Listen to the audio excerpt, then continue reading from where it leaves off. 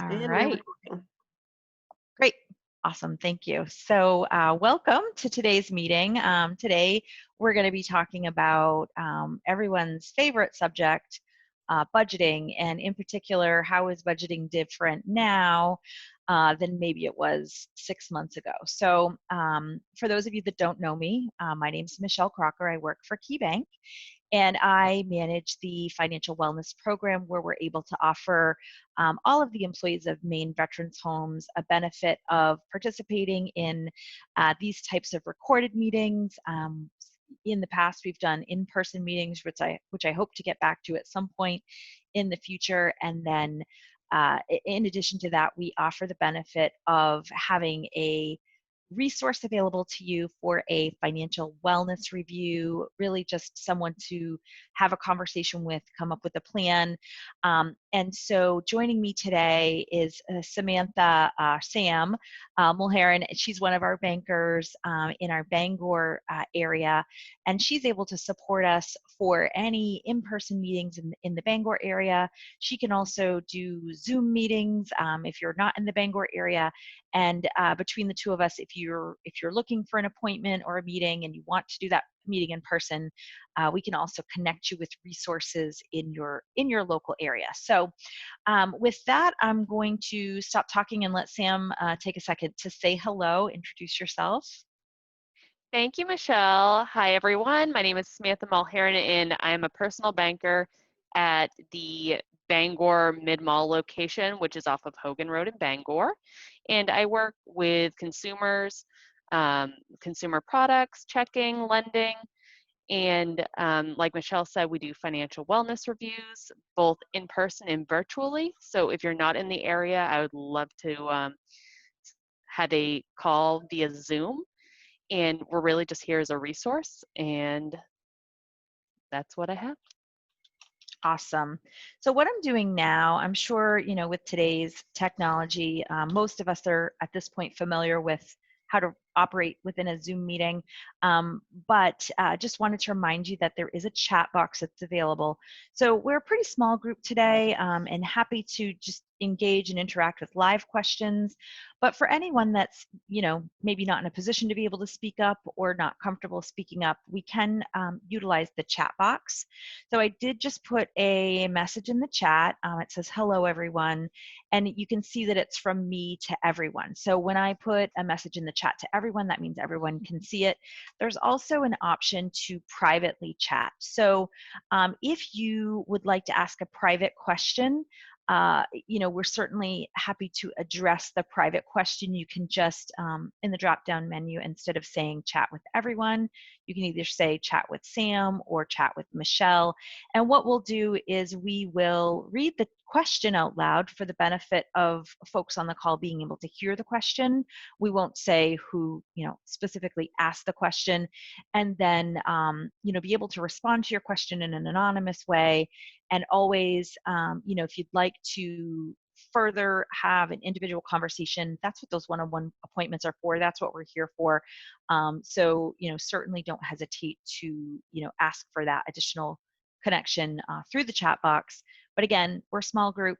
So if you're more comfortable just taking yourself off mute and speaking up, that is okay to do. Feel free to stop us at any point throughout today's presentation. And I am going to be toggling back and forth between this, set of materials that I have and another set of materials as we think about, coming up with a spending and savings plan, coming up with a budget.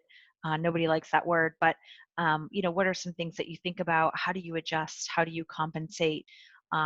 Because I think, at this point, if you've attended other meetings in the past, we recognize that today budgets are different they're not different, but the inputs and the outputs are different right now than maybe they've ever been before. So we have folks that maybe have increased their hours because other people are not able to work, and so you might have found yourself in a position where you even have extra income right now, or you've had extra income and you weren't sure how to leverage that extra income, or how to make sure that you don't fall into the trap of being dependent on that extra income later down the road when that income goes away. So we're going to talk about that, but we're also going to talk about how do you make decisions if your income is less than maybe what it was before? Maybe or maybe you had a reduction in hours and you're trying to recover from that. So what are some things that you can do in order to make some positive steps toward making sure you're staying on track with your goals, and being mindful of where your money's going? So importance of staying within your means, I think we all get that. We all know why it's important to stay within your means. We're going to talk about why don't people have budgets, how to kind of create a simple budget, and I'll show you some worksheets and then how to stick to your budget. So before we get going into the agenda, what else would anyone on the call like for us to talk about today? And feel free to use the chat or speak up, whatever you're more comfortable with.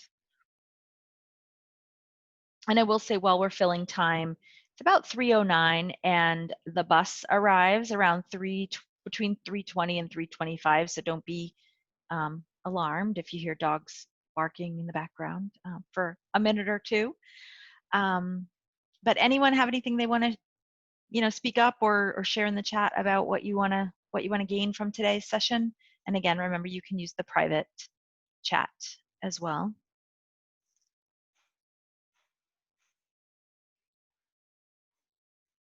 Sam, anything you want to make sure that we cover specifically? No, Michelle, I think we're going to really touch on how our current world situation is going to change how we're budgeting. So that's the only thing that I really think that we should touch on. Okay, good. And you'll have some real life examples for us, which I always appreciate. I love them. You're in the office every day. I'm sitting in my kitchen. You're in the real world. So we'll make sure we give you all the hard questions. So it is important to stay within your means. I think we all understand that it's important to stay within your means. It's not always easy to stay within your means, especially when you experience a change in your income.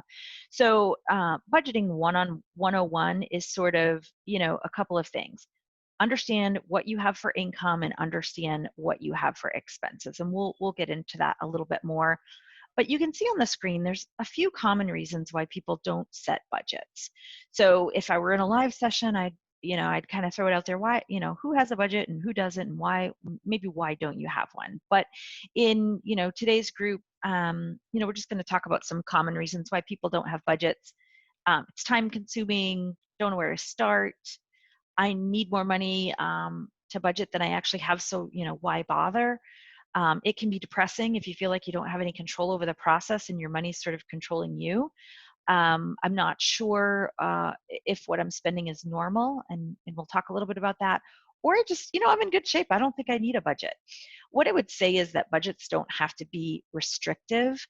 It's really just understanding, what's coming in, what's going out, and setting priorities and parameters around that.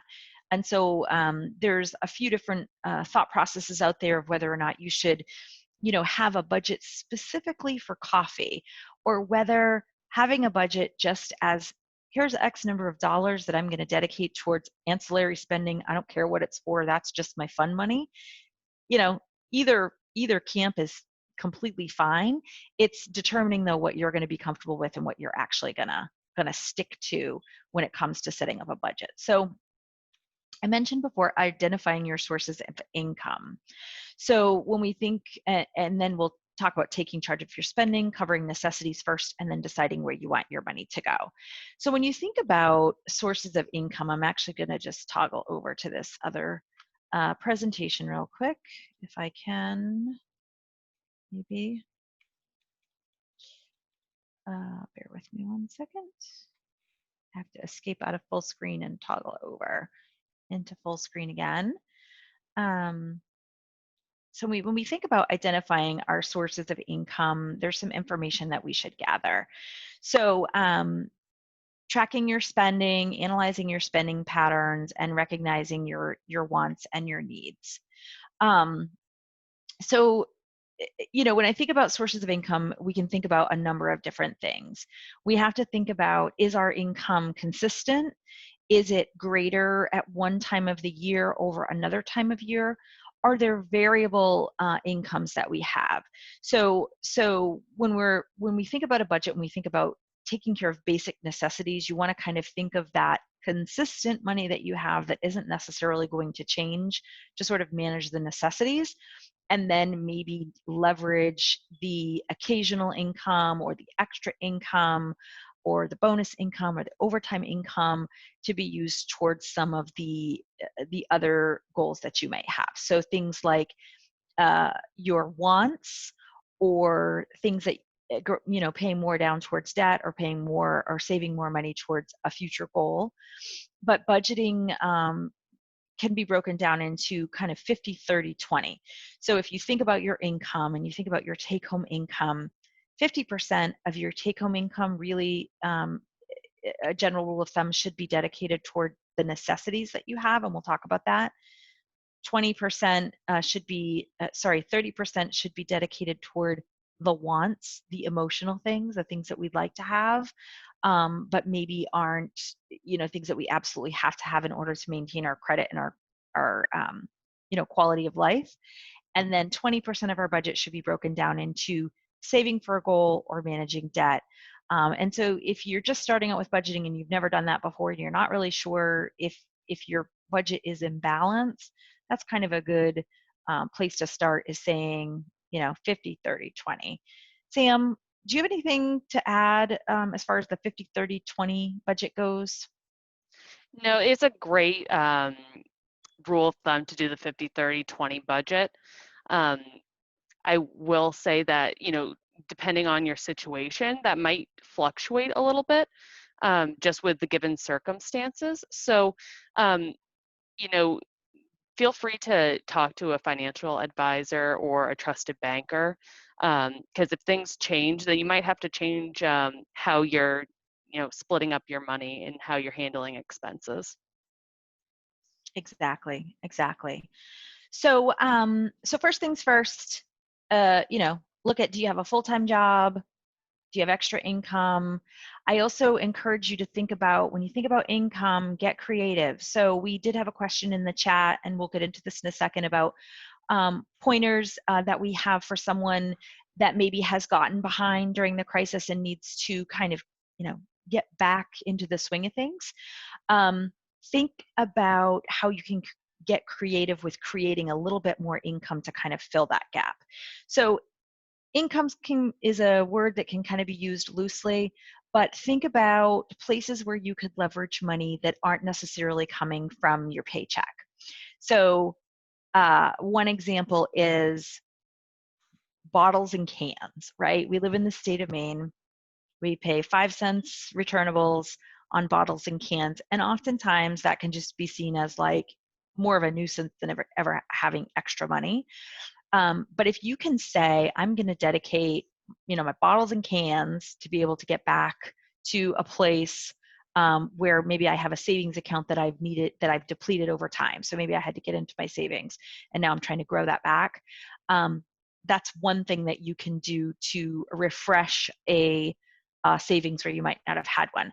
I can tell you that it doesn't seem like it could be a lot, but my own mother and father-in-law deployed this strategy, and over the course of, it was like 20 years, they were able to save like $10,000 from bottles and cans. So don't discount the small stuff, and sometimes it's just little things that you can do that can really add up. So looking at places where you can find extra income can also include cashing out reward points that you have on your cashback credit card. So a lot of times we forget that we have those, and they've maybe accumulated over time. So being able to leverage rewards programs, coupons, it's not necessarily on the expense side of things, but it really can help in that income area that you're looking to kind of manage. Sam, other things that you can think of, creative sources of income that you've seen people sort of incorporate as part of that, kind of getting back to where I was before by creating a little bit of extra income? The biggest one that I've seen is people switching to cashback cards, whether or not it be key banks or A lot of card companies now have the cashback option. People have been using that more. And so they really make it work by using their credit card more for everyday purchases. And so they're getting money back instead of using their debit card, which they get nothing for. Yep, that's a great point. Yep. Other things I've seen are change, right? There's a change shortage. Is that true, Sam? Is there really a change shortage in the world? There really is a change shortage. I mean, we'll take your change if you want to stop in. But there really is. I mean, there was a point probably a month ago, and every bank is doing this because there is an actual change shortage, that we had no quarters at all. And it's a real thing, and it's still happening. I believe we couldn't get dimes or nickels the other day. So a lot of people have been cashing in their change. That has helped quite a bit. And you'd be surprised how quickly it adds up. My mother always used to say, she used to clean for me one day a week, and we have change laying around everywhere in this house. She said, if I ever need any money, I'm just going to come to your house and start going through the change because it really can be something that can add up quickly. And then, I know we're rounding to the end of summer, and people have had yard sales, people have had garage sales. If you've got, declutter your house. That can be another great way to kind of pick up a little bit of extra income when you're feeling like, there really isn't any, I'm not getting overtime and I'm not getting a bonus. I know myself, I'm not getting a travel expense check anymore. So I've had to adjust for that. So, if you've got stuff in your garage, if you've got stuff in your basement, clean out the closet. Again, we're not talking about thousands of dollars here, but Right. Every little thing that you can do to sort of generate that little bit of extra income can help. So you got a set of tires, you don't even own that car anymore, put them on the marketplace, put them, an advertisement in the Uncle Henry's, and leverage that additional income. So that's the one thing I would say, is that anytime we're talking about finding these extra sources of income, is to don't discount them because it's such a small amount of money, but give your savings or your extra income purpose. And we'll talk about the same thing with cutting back on expenses, but giving it a purpose, and either saying, okay, I'm going to use this to get caught back up on my credit card because I took advantage of a 90-day deferral and now I have to start making the payments again. Make sure that the changes that you're making are going to be meaningful and not just something that gets thrown off to the side and forgotten about. So that's sources of income. Thinking about taking charge of your spending is, I know no one likes to do this, but really just writing everything down. So if you're not sure where your money's going, put a pen to paper and start writing down a detailed spending plan. So you can see, here's an example of one that we have at the bank on the screen.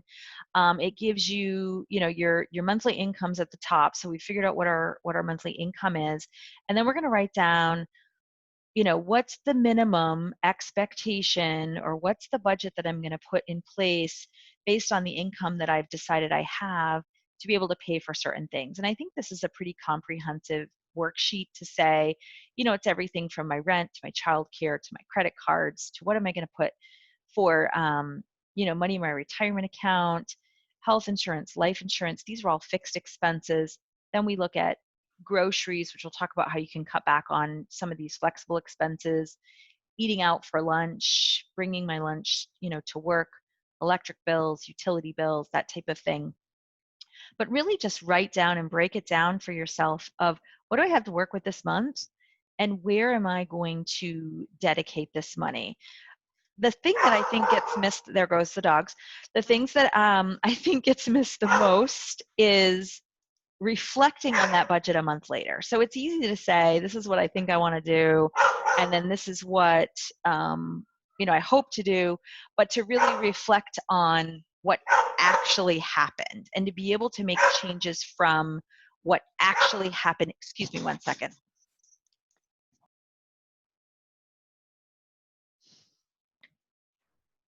to be able to make changes on what actually happened in order to be able to plan for the next month even better than where you were today.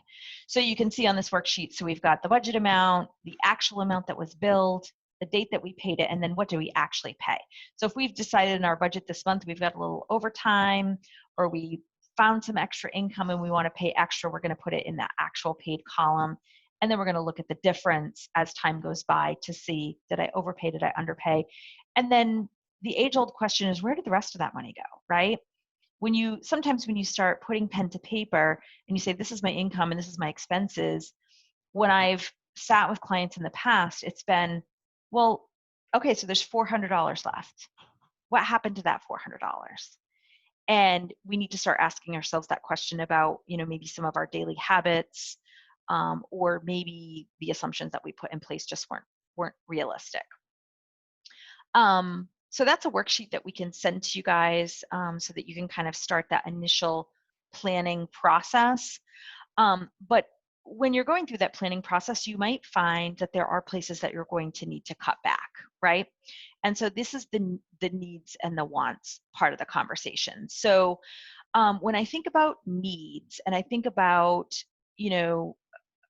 the things that I would put on that needs list, the absolutely have to haves are the minimum payments on the credit cards, the mortgages, the car payment, the insurance that I have to pay, my car insurance has to get paid. And then we get into things like groceries. So groceries, some would argue it can be it's a need. We all have to eat. We all have to have groceries. But when we make choices at the grocery store, that's where we can get, a little bit tricky. So the choices that we make at the grocery store is we have to eat food to be able to sustain our life, right? But do we have to make the choice to buy the steak that we want that's $9.99 this week when we could buy chicken that's on sale, right? So, making good choices within that needs category is also an important factor. What other examples, Sam, can you think of that are quote needs and wants at the same time? Yeah, so it's very easy to try and justify that, something is a need. But a lot of times, what we'll see is shopping around for different, interest rates, shopping around for, like you said, is it the steak or the chicken? And just finding the best deals on stuff. And that's where you can save a lot of money, and also weighing, do you need it or can you live without it? Definitely, I mean, something you want to, strongly consider when you're making purchases. When I think about wants, I sometimes have to prioritize my wants, right? Right. So sometimes I want, okay, so I need to eat, I need to pay the electric bill, I need to pay the mortgage. I want to sit on my couch and watch Netflix every night. And so is wanting to watch Netflix on my couch every night more important or less important than wanting to take my family on vacation, right? So when you're thinking about budgeting, you are thinking about choices. And sometimes they're not easy choices if we found ourselves in a situation where we've had a financial hardship and we've had to recover from that. But it's you being in control of your choices and holding yourself accountable to those choices.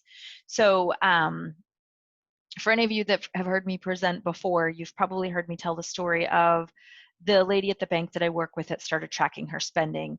And she didn't realize she was spending a lot of money on a particular expense. It was actually coffee.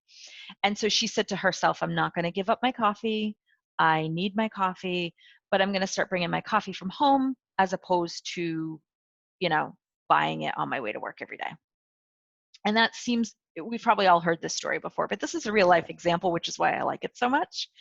And so this person said, I'm going to make this one change in the way that I'm spending my money, which is going to allow me to save X number of dollars toward a goal.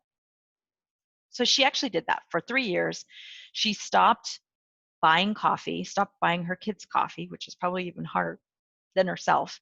And she saved the money. So every time she drove by the Tim Hortons, every time she drove by the Dunkin' Donuts, that money went into a savings account. At the end of 3 years, she had saved $10,000 on what she had been spending on coffee, and she was able to take her family of 5 to Disney. So I know, again, it doesn't sound like, maybe we're not all spending $10,000 in 3 years on coffee, but it's finding that one thing that you are willing to give up maybe, or do in a different way, that's going to help you to be able to either recover or achieve a goal that you've been trying to achieve for a while. So Sam knows that person too. We both know her well. Yes, I was just going to add in there. So I actually pulled her the other day. I used to buy coffee out a lot. And so I've been doing it for 3 months. I've been making my own coffee with the K-Cup machine. And I've saved well over $100 in 3 months just from not buying coffee every day. So it works. Yeah. Now, if you're in my world and you're sitting in your kitchen, the coffee is like drinking from a well, right? So I've already, there's no opportunity for me to be able to save money at this point in my life by not buying coffee. It's just not an option. So if I'm going to say, this is something that a change that I'm going to make, knowing that I'm not getting reimbursed for my mileage. That's been my biggest thing, is I'm not getting reimbursed for my mileage. So I've had to make some changes. Some have been easy, some have been hard, but maybe just not paying as aggressively, extra payments on the one credit card balance that I'm trying to eliminate, at least for now, until I can get my savings back to a place where I'm comfortable and feel like if something were to happen, I wouldn't necessarily have to rely on a credit card. I could remember that I do have savings there that I can count on. The other thing that we talk about when we talk about our reducing our expenses is, don't be afraid to pick up the phone and call the companies that you're doing business with, and see what they can do to help you. So there are so many programs that have come into play during this pandemic that folks are still not taking advantage of. So I had a conversation recently with a client who was looking at their budget and their expenses, and we identified that this particular individual had some student loans that were government loans that were being deferred right now. So payments aren't being required on those student loans. There's no interest that's being charged on those student loans. In fact, if you're in an income-based repayment and you're using that money towards loan forgiveness, even though you're not making payments, the time is still counting for a payment during this period of time of forbearance. So usually you would say, keep making the payments on that student loan because you'll just have it paid off quicker and you're able to make so much progress on the principal. But if you take a step back and you think about, if you have a high interest credit card that you haven't been able to make progress on, maybe now's a good time to take advantage of the forbearance, stop making payments on that student loan because it's not affecting your credit and there's no monetary consequences, and apply those funds towards something else. Apply them towards the credit card that has a high interest rate, or apply those funds towards putting money in the savings account, not because you're going to earn a great amount of interest, but just because it's going to give you that peace of mind that if everybody stops working again in 6 months, that you're going to have that, money, those funds that you can fall back on. So that's, just one example of ways that you can kind of take advantage of opportunities that are out there today. I would also say, and Sam, I think, you can speak to some real life examples of this. If you are not where you want to be, but you're not doing terrible, you might think about just consolidating some debts. You might consider, if you have a few things that you're paying on and it's been difficult to sort of manage multiple obligations. Buzzword in, the banking industry and finance right now is the low interest rate environment that we're in. We don't know how long that's going to last. We never know. But now it's a good time to reassess and reevaluate your debt to see if there's a way that we can free up some cash flow in your budget so that you have lesser payments and things are a little bit more comfortable especially if you've experienced a short or long-term change in your income. Sam, do you have some examples of that you can kind of share with us of some scenarios recently that you've seen? Yep, actually just yesterday. So it's an everyday, it really is an everyday thing. People are looking to consolidate their debt with the low interest rate environment, like you said. I had a client come in and they had credit cards from just about everywhere. Um, in-store cards, Capital One, all of those. And it was very hard to manage because number one, there was high interest on the credit cards, but also it was a lot. And so we were able to consolidate their debt down to one payment. And the amount of money that they're saving in interest is amazing. It's tens of thousands of dollars. So um, definitely, this is a great environment to do that if it's something you've considered in the past. Good. Awesome. So the other thing, that I usually will recommend if you're that person that's like, this is great, Michelle and Sam, but I've done all this and things are still really tight. Where else can I find some money, or where else can I cut back on expenses? I'll go back to pick up the phone and call the companies again that you do business with. Think about your car insurance. If you haven't shopped out your car insurance, I don't want to sound like a Geico commercial, but if you haven't shopped out your car insurance in the last 2 years, it might be worth making a phone call to your current company that you already do business with that you don't want to leave, to see if they can give you a new quote. Sometimes they can save you a ton of money that way. Or shop out somewhere else, go get a quote, and then go back to your existing company and say, I can save money by making this change. Can you guys, meet this offer, or should I make the change? And sometimes it can be significant. I've seen people who have applied for loans and gotten denied for the loan because they didn't qualify debt to income wise, because their homeowners insurance was kind of putting them over the top. And when they went out and got a new homeowners insurance quote, they actually qualified because their debt to income ratios were now in line. And it actually was the one piece of the puzzle that was missing in order to make the overall scenario happen. I can tell you that other places you can look are cell phones. If you haven't called your cell phone carrier and asked them if they can give you a better deal, I would encourage you to do that. I feel like I'm talking a lot about myself, but I've had to make some changes during this pandemic. So I called, I do business with my cell phone carrier. I was happy with my plan. Turns out they were offering Wi-Fi calling, so I gave them a call to set up the Wi-Fi calling. While I had them on the phone, I said, hey, can you give me a better deal on the bill? And it turns out they had changed their plans and they were able to save me a good amount of money on my monthly bill. They weren't going to call me and say, hey, Michelle, I can save you money on your cell phone bill. But because I called them and said, hey, what can you do for me? They were able to save me a significant amount. And so, any companies like that, your cell phone company, your insurance carriers, your homeowners, your car insurance, all of those things, make sure that you're, making the time, and it does take time to, ask the question to see if you can get a better deal, but there are definitely better deals out there. Another one that I think of that comes up a lot is cable TV. So cable TV is one of those things that, especially now, we feel like it's something that is important. It's something that gives us, entertainment and value, but cable TV is expensive. Some folks that I've talked to have started using monthly streaming services to try to save money on cable TV, and have found themselves signing up for every streaming service that you can think of, right? So if you cancel the cable, which is $80 a month, and you sign up for Hulu, Netflix, Amazon, Disney Plus, you might find that you're spending just as much money on all of those streaming services as you were the cable TV. So you do have to be careful when you're doing that. And so what I recommend doing is keeping a notebook at the end of your couch. So if you're someone that, you have a little end table at the end of the couch, or maybe in your coffee table, keep a log for yourself of what you're watching for TV. Keep a log of what your family watches for TV. And notice, do it for a month, and notice, are you watching like one channel? Are you watching 3 channels?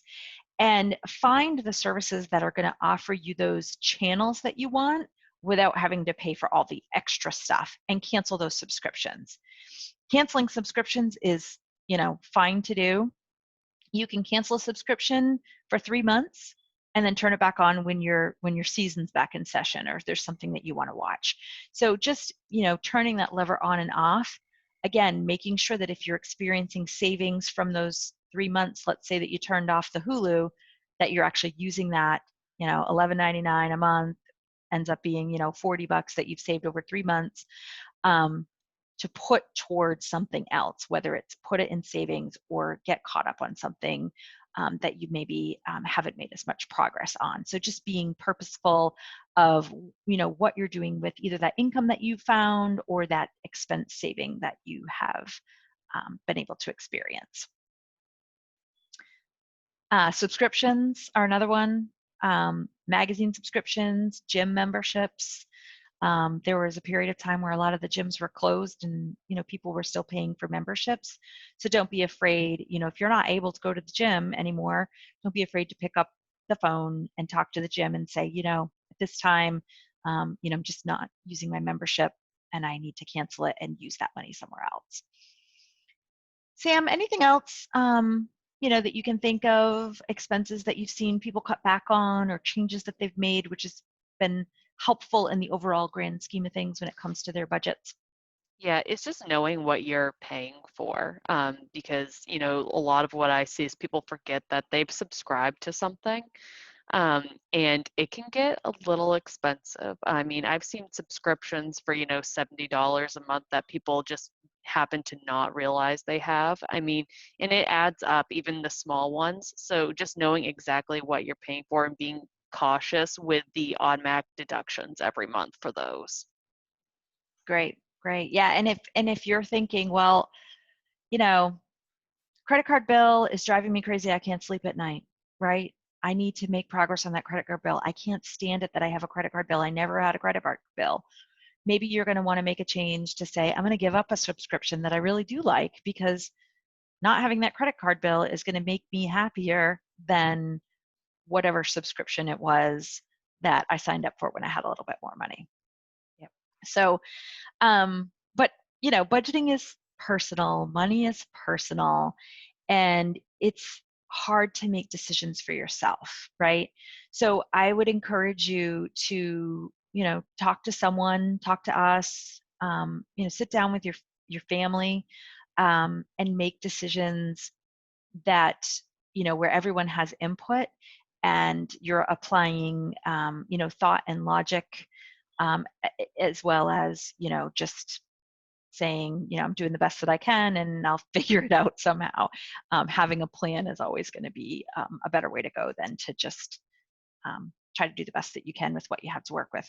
I mentioned that banker friend of ours that, saved the money on coffee. She's a banker. She gives people advice all day long, but she had a weakness, and the only way she found that out was because she went to third-party source. It was through technology that she identified how much money she was spending on a particular item. So if you don't have the technology source, the paper budgets, reach out to us. We can email them to you, or we can, work on them with you and help you to get to a better place. So then we just have a few, tips. Make a habit of tracking your spending. We've talked about that, but I'm a big fan of just keeping the notebook, writing it down. I'm sort of old-fashioned that way.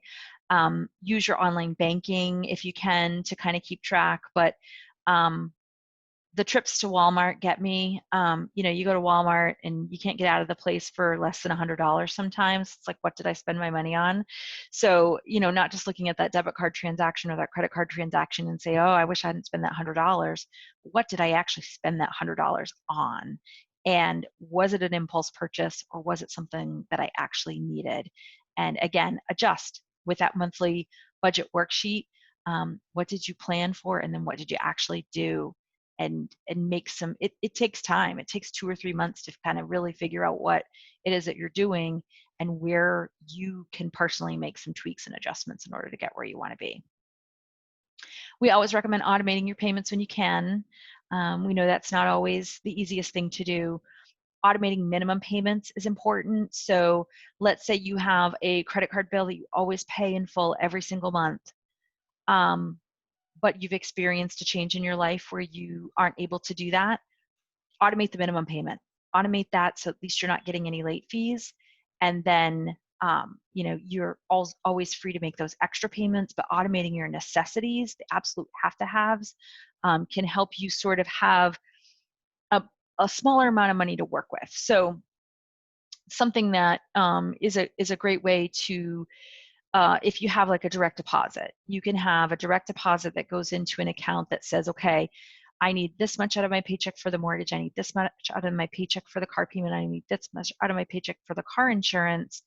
And that's money that's already spent. And so once you've taken care of those necessities, you have a smaller pool of money in a lot of cases to work with. And that's where you kind of have to make those choices about the wants, have to make those choices about the other extra things. So automating those necessities when you can is always a great place to get started to make things a little bit simpler for you. Planning for your extras in advance. So this is another tool in that toolkit that I'll show you.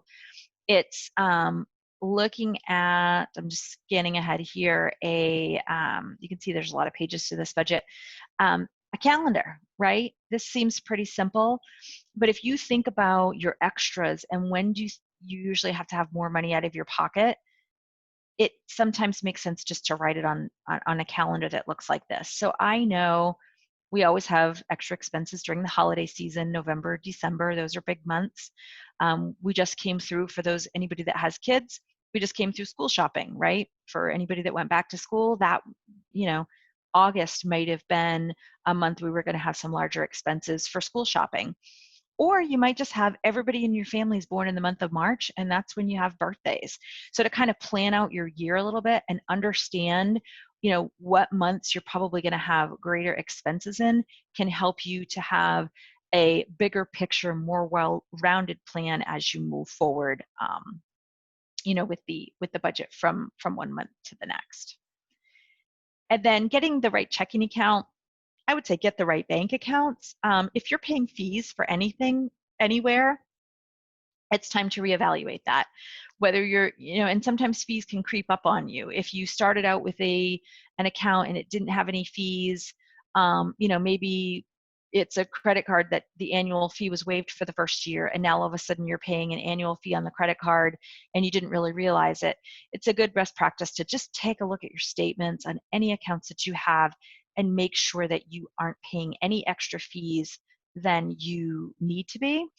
And if you have, ask the question, see if there's a way to get those removed, another way that you can leverage a little bit more income, if you will, and take that savings that you've experienced, those fee waivers that you might have gotten, and use them for a purpose toward achieving your goals. Anything to add there on that, Sam, as far Yeah, as getting fees? You shouldn't be getting any fees on anything. I mean, most credit card companies, annual fees, I think they're moving away from them. I know that we do not have them on our credit cards. But I mean, there's so many options out there and it's a competitive market. So you have the advantage. So if you're getting any fees, I mean, you shouldn't be. Or weigh the value of those fees. I know there's some credit cards that, yeah, you pay an annual fee, but there's a real incentive because you travel all the time, right? And it's a benefit for you to pay that fee because it's worth it in the end. So sometimes it makes sense to pay fees, but you should understand, why are you paying it? And if it's, nobody's traveling anymore because we're all afraid to get on an airplane, maybe paying an annual fee for a travel card isn't the right place to place that money right now. That makes sense. Yeah. So, Sam, if someone were to come to you for help with the budget, what would you do? Would you take them through the paperwork sheet? What does your process look like? Yeah. So typically when I see people, we jump right into a wellness review.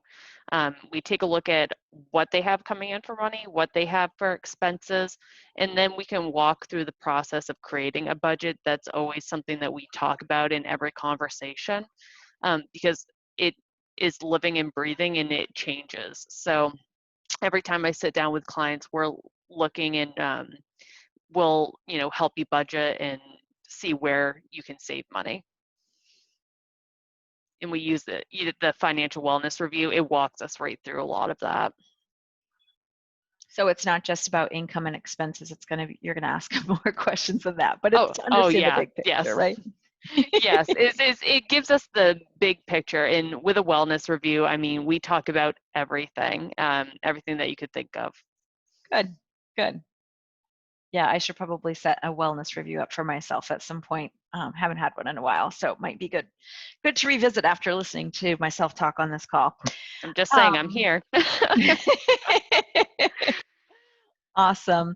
Well, we have I would say about 10 minutes left, and we've kind of gotten through, what we had hoped to say in the meeting, but I would love to, at this point, take any questions.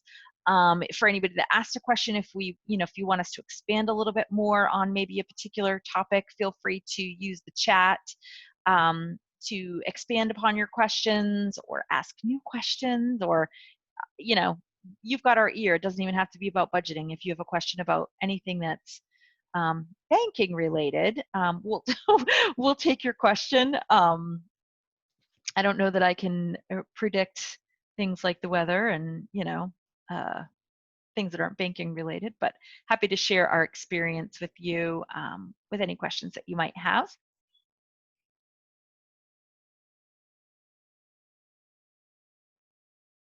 And again, you can use the chat or you can feel free to speak up directly.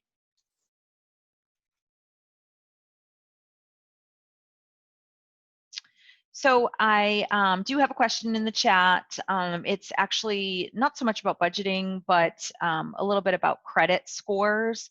So the question is, if I haven't been making my payments because I haven't been able to during this pandemic, what kind of impact is that going to have on my credit score? And that's a really good question, because at this point we don't really know, because there are companies out there that haven't been reporting negative payment history to credit bureaus. So there are companies that have come out and said, you know what, you missed your payment, you're 30 days late, that we're not necessarily going to report you until you're 90 days late. Okay, so the best advice that I would give you is that if you found yourself in that situation where you're not sure if your credit has been negatively impacted or if it's staying just fine, is to, again, just reach out, have a conversation with the company, ask them that question: has it been reported to credit? What are some things that you can do to prevent it from being reported as negative credit? Maybe they can, put you on a reduced payment for a while in order to get back on track. That's caused lenders to be a little bit more cautious, I think, with lending right now, just because we're not sure if the good that we're seeing is really good, or if folks have experienced maybe some financial difficulty. So it's not as simple as it used to be, where if you're 30 days late, you were going to be 30 days late, and that was necessarily a black mark on your credit. It's going to be dependent on how your financial institution or your credit issuer is actually reporting that information, at least right now. Yep, Anything to add on that, Sam? I was going to say, the biggest thing is, if you don't know, reach out, ask your financial institution, what they're doing. I mean, they'll let you know and they'll advise you what's happening, because you might have different financial institutions. Some might be reporting, some not, and that's how you're going to determine, okay, well, I don't have enough to pay, both, but maybe I can pay one that, I know is not going to be reporting. So, that could help your credit. So it's all about strategy. Right. Yeah, KeyBank right now, we're reporting everything, right? Yes, we but are. we're also allowing people to defer their payments if they ask the question. So, right. Unfortunately, it's not consistent across the board, and you do need to, grab a cup of coffee. Hopefully it's free coffee, like my well of coffee here, and, just start asking some questions. And if you're not sure, if you are like, well, I wonder what Discover does, give us a call. We might already know what Discover does too. We can save you a phone call, but at the end of the day, reach out to the companies that you do business with. That's going to be your best course of action if you're not sure, or if you're looking for some additional help. All right. Well, I don't see any other questions in the chat. So with that, I know we're going to wrap up a couple of minutes early. Not too bad though. And so I'm going to turn the call over to Sam just for some closing thoughts, and then we'll wrap it up if we don't see anything else come through. Thanks, Michelle. So thanks everyone for listening, joining us today. I think I say this every time we do one of these presentations, but make yourself a priority. I say it every time, but every day I see people that have put themselves on the back burner and they're really trying to make up for it. And it's better to be proactive than reactive. Um, so use this as a resource, reach out to your financial institution. We'd love to talk to you though and see what we can do for you. But make yourself a priority.